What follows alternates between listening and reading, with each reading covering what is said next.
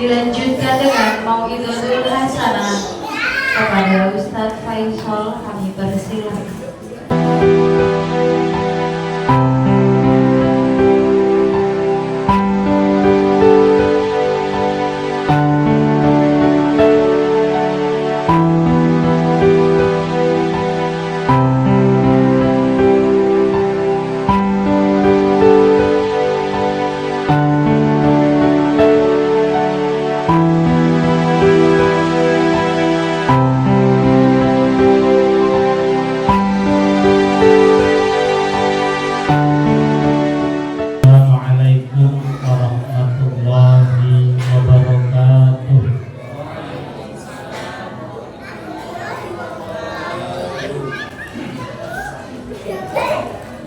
Bismillahirrahmanirrahim.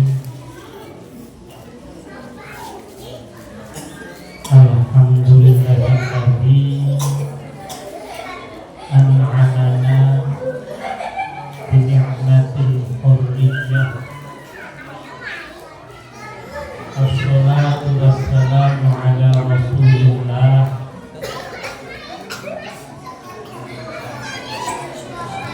Sayyidina Muhammad bin Abdillah wa ala alihi wa sahbihi wa man walah. Wala haula wala quwwata illa billah. Amma ba'du. Kepada ketua pengurus atau takmir Bapak Robi, kepada ketua divisi Ibu Tia, kepada segenap para guru ngaji, bapak-bapak, ibu-ibu, anak-anak sekalian, rahimahullah.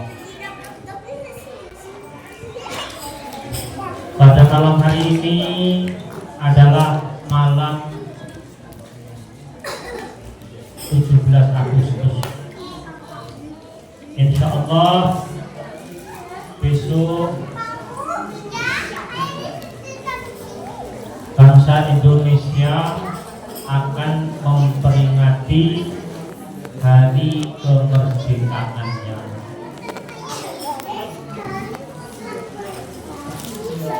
Kita merdeka karena perjuangan para pahlawan kita.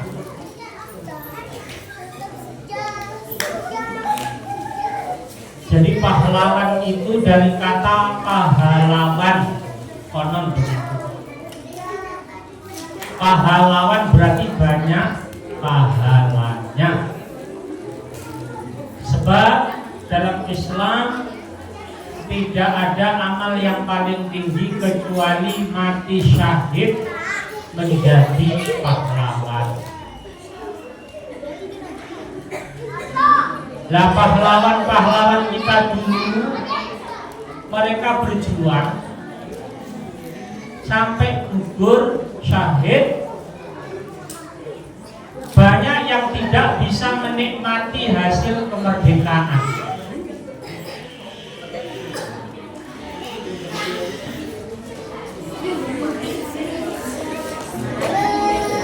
Sama halnya orang tua kita dulu, mereka sudah umur 70 tahun nanam pohon jati. Padahal kita tahu ya, pohon jati kuno itu setelah ditanam terus sampai bisa ditebang itu butuh waktu 40 tahun.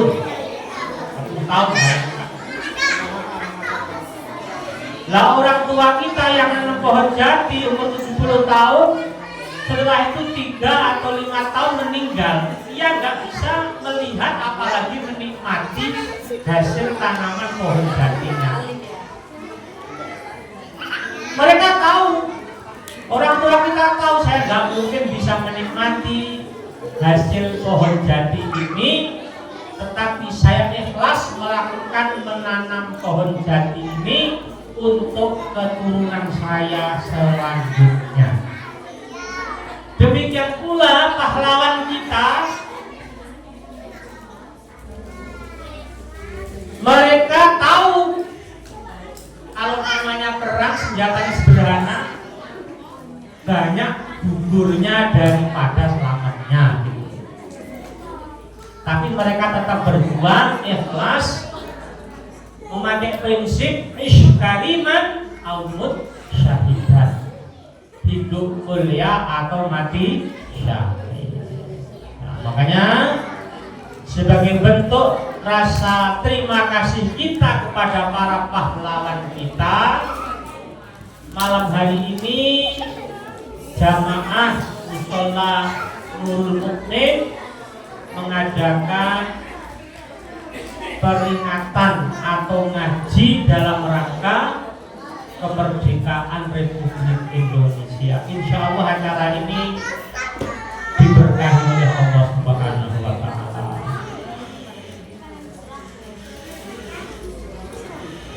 Bapak Ibu sekalian yang saya hormati,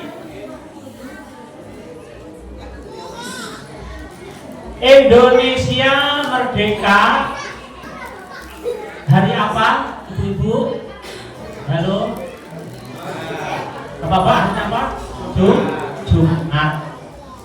Bulannya bulan Ramadan. Jumat itu Sayyidul Ayam, rajanya ayam, raja hari. Ramadan Sayyidul Syuhur, rajanya bulan.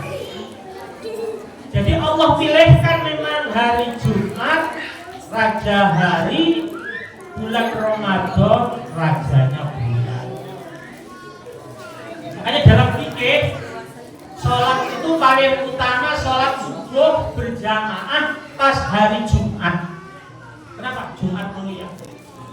Sholat subuh itu sholat paling mulia, paling utama berjamaah pas hari Jumat, paling utama lagi Jumat di bulan suci Ramadan. Lebih utama lagi sholat subuh jamaah hari Jumat bulan Ramadan dilaksanakan di Masjidil Haram. Makanya Allah memilihkan umat Islam, memilihkan bangsa Indonesia itu merdeka hari Jumat bulan Ramadan. Bapak Ibu sekalian yang saya hormati, ini menunjukkan bahwa skenario kemerdekaan memang Allah yang men-setting, Allah yang mengatur. Nah, kita sebagai bangsa Indonesia wajib bersyukur atas kemerdekaan. Karena apa? Dengan bisa pengajian seperti ini, kalau nggak merdeka nggak bisa. Kalau zaman Belanda itu katanya ada namanya tong-tongpet. Di tong-tongpet itu kalau malam-malam pemerintah kolonial itu masuk ke kampung-kampung. Lah, orang-orang yang jaga di pos ronda memukul kentongan tong-tong. Dan itu apa? Seluruh rumah-rumah harus dimatikan lampunya. Artinya apa? Pergerakan kita sangat dibatasi saat itu. Jangan kalau belum merdeka nggak bisa ngaji seperti ini. Makanya merdeka terus syukur, alhamdulillah. Coba saudara kita di Palestina, mereka nggak bisa kayak kita. Jenengan Ramadan traweh terang ada AC-nya. Setelah traweh tadarus di depan Quran itu loh, ada kolom, ada gedang goreng. Jadi yang dipandang bukan Quran, yang diringi panganan itu kadang-kadang. Coba di Palestina, ketika mereka tadarus itu apa sempit dengan temaram lilin. Kadang-kadang lilinnya itu padang kena tiup angin. Di depannya bukan kolak, bukan bukan pisang goreng, tapi apa, puing-puing kehancuran bangunan-bangunan mereka. Makanya kita doakan semoga Palestina segera merdeka juga. Amin Allahumma. Sebab mereka apa? Jadi sebelum Indonesia merdeka itu, tokoh Palestina, seorang tokoh agamawan, seorang mufti Al-Husaini, nama Syekh Al-Husaini, sebelum Indonesia merdeka, ia mendukung kemerdekaan Indonesia disiarkan melalui radio dan media internasional. Artinya apa? Negara-negara lain ikut-ikutan dukung Indonesia sampai akhirnya terdoronglah diadakan proklamasi. Itu awalnya gara-gara dukungan dari Palestina. Makanya kita juga harus dukung semoga Palestina segera merdeka. Amin Allahumma. Ini harus kita syukuri. Tahun 1960 ada seorang ulama Mesir namanya Syekh Mahmud Saltut. Mesir kan negaranya padang pasir di mayoritas. Tahun 60 Syekh Mahmud Saltut berkunjung ke Indonesia. Kaget lihat Indonesia. Biasanya lihat pasir tandus, melihat tanah subur yang hijau royo-royo. Akhirnya dia mengatakan Indonesia ita'atun minal jannah yudha'u ala wajhil ard. Indonesia ini sepotong dari surga. Ibaratnya surga diiris, potongannya itu jadi Indonesia taruh di muka bumi.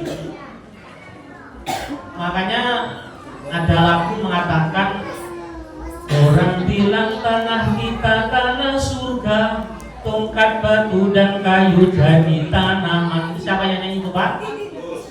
Wah, banyak penggemarnya di sini. Lus, itu sebenarnya orang bilang tanah kita tanah surga itu terinspirasi dengan ucapan Syekh Mahmud Saltut, Indonesia ita'atun minal ard. Indonesia itu sepotong dari minal jannah, sepotong dari surga. Harus bersyukur.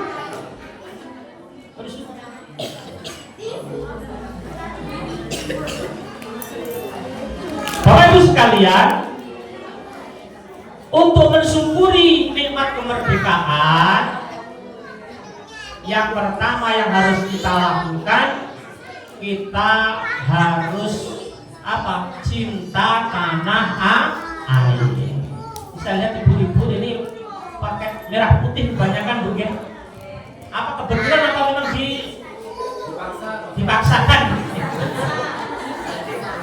Alhamdulillah pakai merah putih ya. Subhanallah.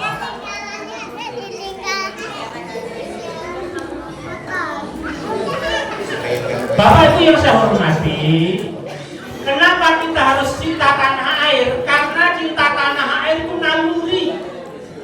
naluri semua manusia. Bahkan ketika Nabi mau hijrah ke Madinah, Nabi naik ke atas gunung perbatasan Mekah lah, dari daerah perbatasan Mekah. Di atas gunung tadi Nabi bersabda mengatakan, wahai Mekah, engkau negeri yang paling aku cintai. Jika aku tidak diusir oleh kaumku, aku tidak mungkin akan meninggalkanmu. Nabi mengatakan, Mekah engkau negeri yang paling aku cintai. Ini artinya apa? Nabi saja cinta tanah air. Hubul waton minal iman. Karena apa? Ada sebagian kelompok yang mengatakan hubul waton minal iman ini tidak syar'i. Tidak syar'i. Itu sangat syar'i. Walaupun hubul waton minal iman itu bukan hadis, itu makalah ulama, tapi isinya itu benar. Nabi saja cinta negeri Makkah. Nah setelah hijrah, kaum muhajirin itu apa? Di Mekah banyak yang sakit demam. Bilal bin Rabah sakit demam. Abu Bakar sakit demam. Banyak para sahabat yang sakit demam. Terus Nabi menjenguk, wahai para sahabat, pada sakit? Apakah kalian kecapean? Bukan ya Rasul. Apakah kalian sedang beradaptasi dengan iklim di Madinah? Bukan ya Rasul. Kenapa kalian pada sakit? Kami semuanya rindu kota Makkah ya Rasulullah. Sahabat saja rindu kota Mekah, rindu berarti kan cinta. Para sahabat Nabi cinta Mekah, cinta tanah air. Akhirnya dalam Sahih Al-Bukhari Nabi mendoakan, Allahumma habib alainal Madinah kahubbina Makkah al-asyad. Ya Allah, tanamkan di hati kami rasa mencintai Madinah sebagaimana kami mencintai Mekah atau bahkan lebih dari itu. Nah, ini doanya orang nggak kerasa. Makanya kalau punya anak di pondok, kok anaknya nggak kerasan bacakan doa Nabi tadi, baca, insya Allah anaknya jadi kerasan. Punya bapak ibunya di rumah yang nggak kerasan mikir anaknya kadang-kadang. Nah itu apa? Bukti cinta tanah air. Kemudian Bapak Ibu sekalian yang saya hormati, yang kita syukuri lagi, ya, yang perlu kita syukuri lagi dalam rangka memperingati nikmat kemerdekaan ini adalah nikmat aman yang tadi saya terangkan di depan. Ini perlu saya tekankan lagi, aman nomor 1, ekonomi nomor 2. Makanya Nabi Ibrahim alaihissalam ketika mengantar istri dan putranya yaitu Siti Hajar dan Ismail di Wadin Ghairi Dzi Zar'in pada tanah yang tandus yang sekarang Mekah. Setelah taruh di situ, Nabi Ibrahim berdoa kepada Allah, Rabbi ja'al hadza baladan aminan warzuq ahlahu minat thamarat. Ya Allah, jadikan Mekah ini negeri yang aman, nomor 1 aman. Baru warzuq dan kasihlah rezeki negeri ini dari buah-buahan. Nabi Ibrahim mendoakan Mekah pertama aman, baru setelah itu ekonomi. Itu doa Nabi Ibrahim. Wah, ternyata setelah diteliti dalam sejarah, barokah doa Nabi Ibrahim itu apa? Mekah nggak pernah dijajah, kalah dijajah. Negeri-negeri sekitarnya sering dijajah. Yang kedua, selain amannya, kelak pada hari kiamat Dajjal akan merangsek merusakkan negeri-negeri yang nggak dimasuki, nggak bisa dimasuki cuma Makkah sama Madinah. Jadi aman. Karena aman, maka ekonomi Mekah luar biasa. Negerinya negeri makmur, penduduknya kaya-kaya. Ini apa? Karena barokah keamanan dari doa Nabi Ibrahim. Makanya kita di Indonesia harus bersyukur bisa aman, bebas. Di Indonesia itu bebas. Kalau di Mekah itu anak muda cangkruan. Ini teman saya yang di Mekah Mondok sekolah di sana cerita. Cangkruan ngumpul anak muda sudah langsung didatangi polisi. Nggak bisa, takut demo. Nggak bisa di sana. Pengajian kayak begini nggak bisa. Hotel-hotel di Mekah sana itu harus disertifikasi oleh pemerintah. Nggak sembarangan hotel. Jadi hotelnya harus loyal sama pemerintah. Kok suka nyerang pemerintah? Nggak masuk, nggak masuk. Di Indonesia hotel siapapun bisa. Walaupun rapat teteh ngaji ini kadang-kadang untuk hotel di Indonesia ini. Kalau di sana nggak bisa. Jadi kita itu bebas. Di sana apa?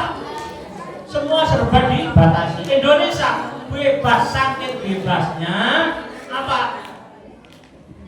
Rakyatnya berani sekali kepada pemerintah.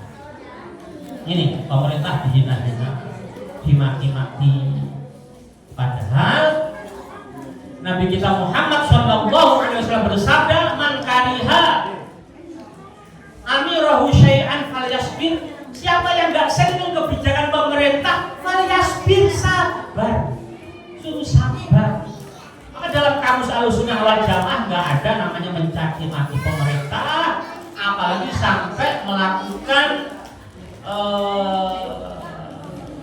pemberontakan. itu tidak ada dalam Islam. Yang ada sabar dan memberikan doa terbaik untuk para pemimpin, untuk pemerintah. Ini ajaran Islam Ahlus Sunnah wal Jamaah.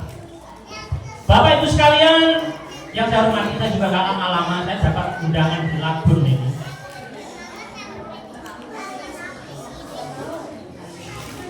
Kemudian yang terakhir, ya, yang terakhir saya sampaikan, hakikat kemerdekaan itu apa? Hakikat kemerdekaan adalah menghambakan diri kepada Allah. Jadi hambanya Allah. Dalam kitab Al-Majmu' Al-Fatawa diterangkan at-ta'abbudiyah lillah dia haqiqatul hurriyah. Menyembah kepada Allah itu adalah hakikat kemerdekaan. Berarti kalau ada orang nyembah selain Allah, orang Islam kok masih suka berbuat syirik, orang Islam masih menjadi hamba dunia, umat Islam masih menjadi hamba dinar, hamba uang. Berarti dia apa? Belum merdeka, masih ditekan oleh selain Allah. Makanya saya kasih cerita pendek dalam tafsir Ibnu Katsir. Itu ada cerita di suatu negara itu ada namanya tradisi setiap tahun itu kumpul untuk menyembah kepada berhala. Nah, padahal itu apa? Itu dalam Islam kan tidak dibenarkan, ya, tentang syirik. Akhirnya ada satu pemuda yang hatinya menolak, dia menjauh, dia sembunyi di bawah pohon menjauh. Dan ternyata setelah itu ada pemuda lagi, datang lagi satu, padahal nggak kenal. Ada lagi pemuda datang lagi satu, sampai 7 pemuda yang nanti disebut Ashabul Kahfi. Nah, mereka itu nggak pada kenal. Dia sembunyi di bawah pohon menghindari penyembahan kepada selain Allah. Akhirnya apa? Akhirnya semuanya terdiam, ini nggak ada yang kenal. Sehingga sampai ada yang memberanikan diri. Maaf, kenapa Anda sampai sembunyi di bawah pohon sini kok menjauhi penyembahan berhala? Apa jawabnya? Oh iya, karena saya menolak hati saya bahwa tidak benar, yang kita sembah hanyalah Allah. Akhirnya semuanya pada ngaku. Ternyata apa? Mereka satu visi, satu karakter. Maka Nabi bersabda, al-arwahu junudun mujannatah. Jiwa itu akan melompok sesuai karakternya masing-masing. Jadi yang beriman kepada Allah pada melompok jadi satu. Dan dengan yang kelompok kumpul di sini, insya Allah beriman dan beramal soleh semuanya. Amin Allahumma. Nah, akhirnya apa? Mereka melakukan peribadatan tersendiri. Ketahuan raja, singkatnya dikejar-kejar, diikuti oleh seekor anjing, bukan melihara anjing loh ya, jangan salah. Diikuti oleh anjing. Makanya ada orang Islam yang bilang, nggak apa-apa melihara anjing, asal kaki ahli surga, dia melihara anjing. Nggak melihara, diikuti. Dan saat itu lari ke gua, terus guanya dilempari batu sampai tertutup. Akhirnya Allah tidurkan selama 300 tahun lebih. Nah itu semuanya gara-gara apa? Mereka ingin merdeka dari penyembahan selain Allah. Itulah nikmat kemerdekaan yang sesungguhnya.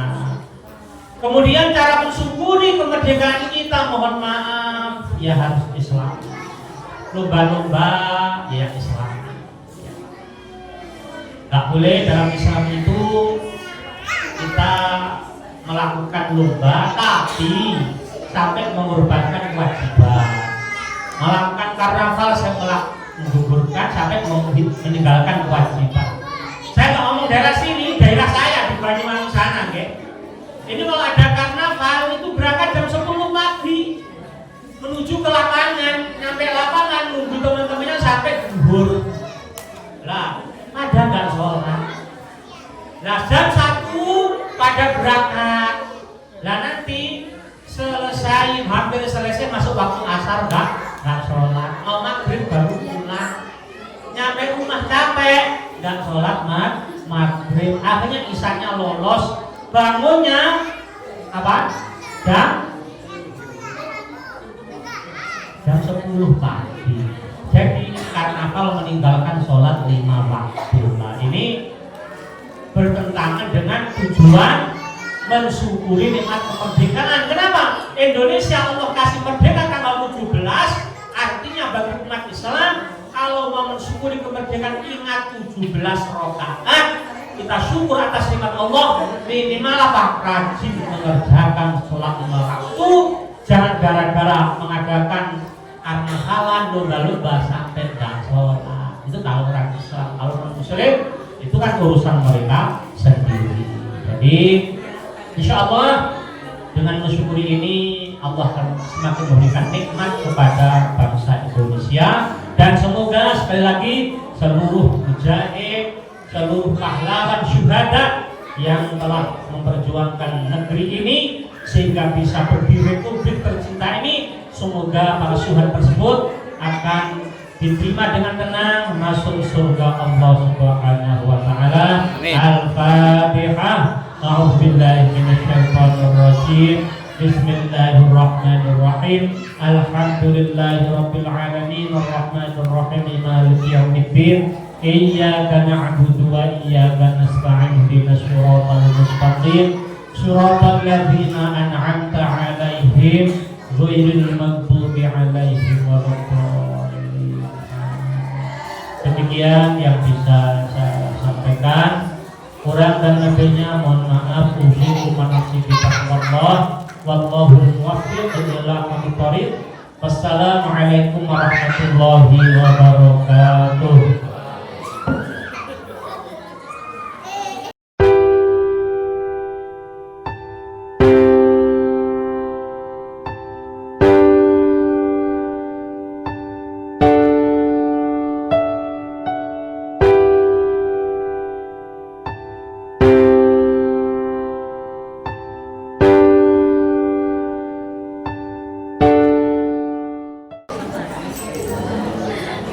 Kami mengaturkan terima kasih